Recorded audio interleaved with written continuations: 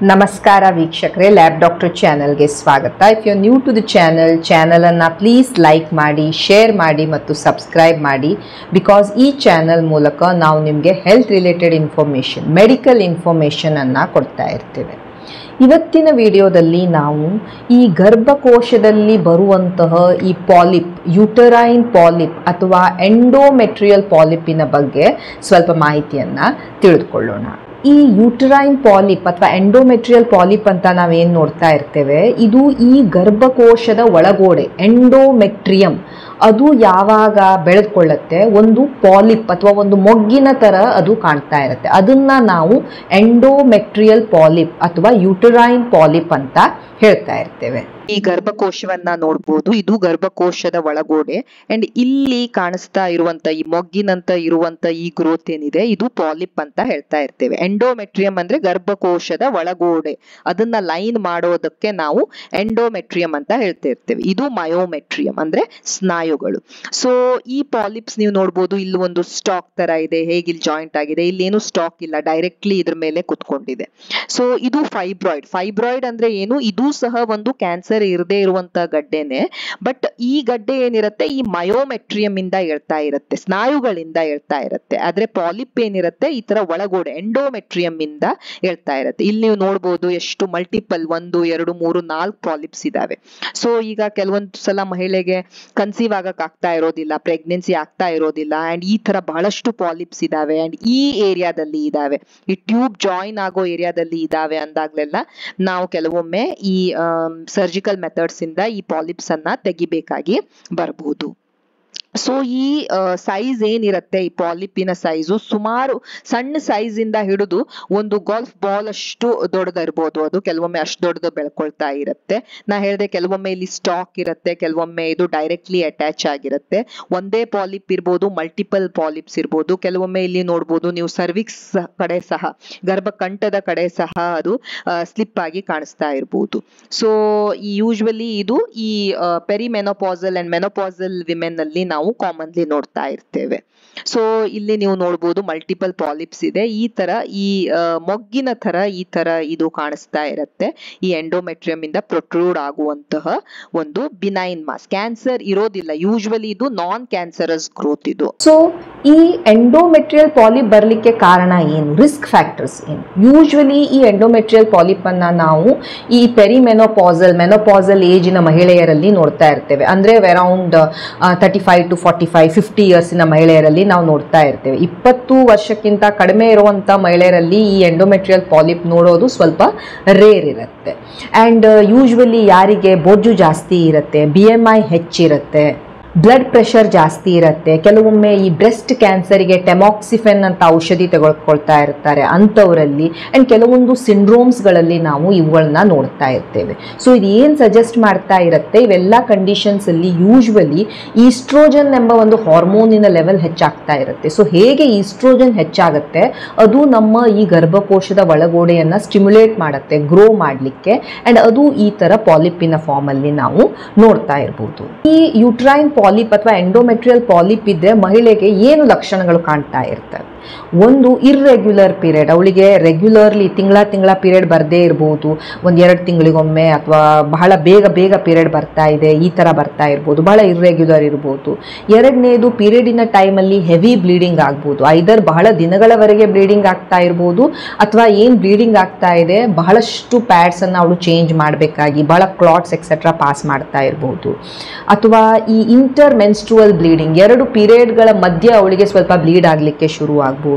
ಕೆಲವೊಮ್ಮೆ ಈ ಯೋನಿಯಿಂದ ಈ ಸ್ಪಾಟಿಂಗ್ ಅಥವಾ ಕೆಲವೊಂದು ಬ್ರೌನಿಶ್ ಡಿಸ್ಚಾರ್ಜ್ ತರ ಕಾಣಿಸ್ತಾ ಇರ್ಬೋದು. ಕೆಲವೊಂದು ಮಹಿಳೆಯರಿಗೆ ಸ್ವಲ್ಪ ಸ್ಪಾಟಿಂಗ್ ಆಗ್ತಾ ಇರ್ಬೋದು, ಬೇರೆ ಏನು ಸಿಂಪ್ಟಮ್ಸ್ ಅವರಿಗೆ ಇರದೇ ಸಹ ಇರಬಹುದು.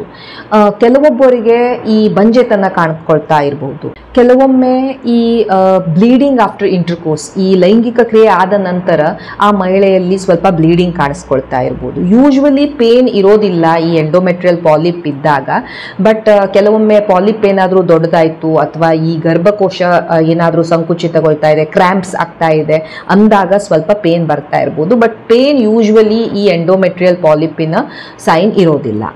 ಸೊ ಹೇಗೆ ಈ ಎಂಡೋಮೆಟ್ರಿಯಲ್ ಪಾಲಿಪನ್ನು ನಿಮ್ಮ ಡಾಕ್ಟರ್ ಪತ್ತೆ ಹಚ್ತಾರೆ? ಕೆಲವೊಮ್ಮೆ ಡಾಕ್ಟರ್ ನಿಮಗೆ ಎಕ್ಸಾಮಿನ್ ಮಾಡ್ತಾರೆ. ಪೆಲ್ವಿಕ್ ಎಕ್ಸಾಮಿನೇಷನ್ ಮಾಡಿದಾಗ ಈ ಗರ್ಭಕಂಠದ ಹತ್ತಿರ ಏನಾದರೂ ಪಾಲಿಪ್ ಬಂದಿದ್ರೆ ಅದನ್ನು ನಾವು ನೋಡ್ಬೋದು. ಪ್ಯಾಪ್ ಸ್ಮಿಯರ್ ಅನ್ನು ಹೇಳ್ಬೋದು. ಟ್ರಾನ್ಸ್ ವಜೈನಲ್ ಅಲ್ಟ್ರಾಸೌಂಡಿಂದ ಕೆಲವೊಮ್ಮೆ ಪತ್ತೆ ಹಚ್ತಾರೆ.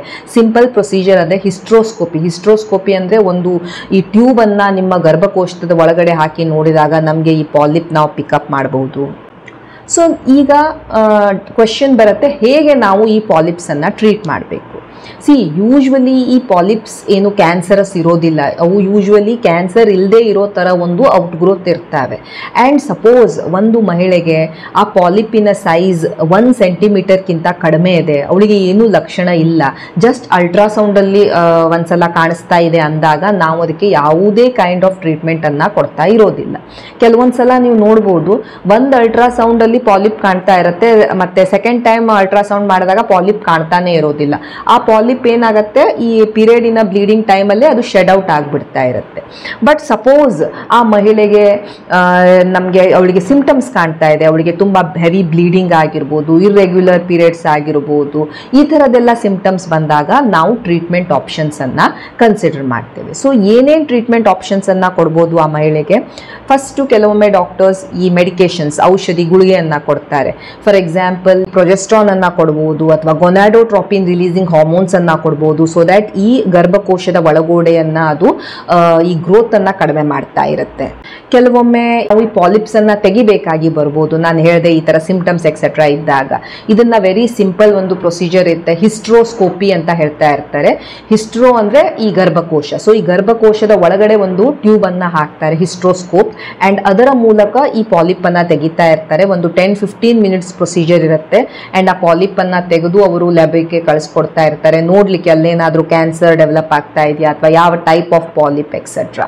ಸೊ ನಾನು ಹೇಳಿದೆ, ಕೆಲವೊಮ್ಮೆ ಈ ಎಂಡೋಮೆಟ್ರಿಯಲ್ ಪಾಲಿಪಿಂದ ಬಂಜೆತನ ಸಹ ಆಗ್ತಾ ಇರ್ಬೋದು. ಸೊ ಅದರ ಅರ್ಥ ಈ ಎಲ್ಲ ಮಹಿಳೆಯರಿಗೆ ಈ ಥರ ಪಾಲಿಪ್ ಇತ್ತು ಅಂದಾಗ ನಾವು ಟ್ರೀಟ್ ಮಾಡ್ತಾ ಇರೋದಿಲ್ಲ. ಬಂಜೆತನದಲ್ಲಿ ಸಪೋಸ್ ಆ ಮಹಿಳೆಗೆ ಬಹಳಷ್ಟು ಪಾಲಿಪ್ಸ್ ಇದ್ದಾವೆ, ಆ್ಯಂಡ್ ಆ ಪಾಲಿಪ್ ಏನಿದೆ ಈ ಟ್ಯೂಬಿನ ಹತ್ತಿರ ಮತ್ತು ಈ ಗರ್ಭಕೋಶದ ಹತ್ತಿರ ಅಲ್ಲಿ ಇದೆ ಅಂದಾಗ ಆ ಟೈಮ್ ನಾವು ಪಾಲಿಪನ್ನು ಟ್ರೀಟ್ ಮಾಡಬೇಕಾಗತ್ತೆ. ಮಲ್ಟಿಪಲ್ ಪಾಲಿಪ್ಸ್ ಇದ್ದಾವೆ, ಅವಳಿಗೆ ಬಹಳಷ್ಟು ಪಾಲಿಪ್ಸ್ಗಳು ಕಾಣ್ತಾ ಇದ್ದಾವೆ ಅಂದಾಗ ನಾವು ಅದಕ್ಕೆ ಟ್ರೀಟ್ಮೆಂಟ್ ಅನ್ನ ಕೊಡ್ತಾ ಇರ್ತೇವೆ. ಸಪೋಸ್ ಆ ಮಹಿಳೆಗೆ ಪ್ರತಿ ಸಲ ನಾವು ಸ್ಕ್ಯಾನ್ ಮಾಡ್ತಾ ಇದ್ದಾಗಲೂ ನಮಗೆ ಪಾಲಿಪ್ ಕಾಣಿಸ್ತಾನೆ ಇದೆ ಅಂದಾಗ, ಅಥವಾ ಸೈಜ್ ಇನ್ಕ್ರೀಸ್ ಆಗ್ತಾ ಇದೆ ಅಂದಾಗ ನಾವು ಆವಾಗ ಟ್ರೀಟ್ಮೆಂಟ್ ಅನ್ನ ಕೊಡ್ತಾ ಇರ್ತೇವೆ.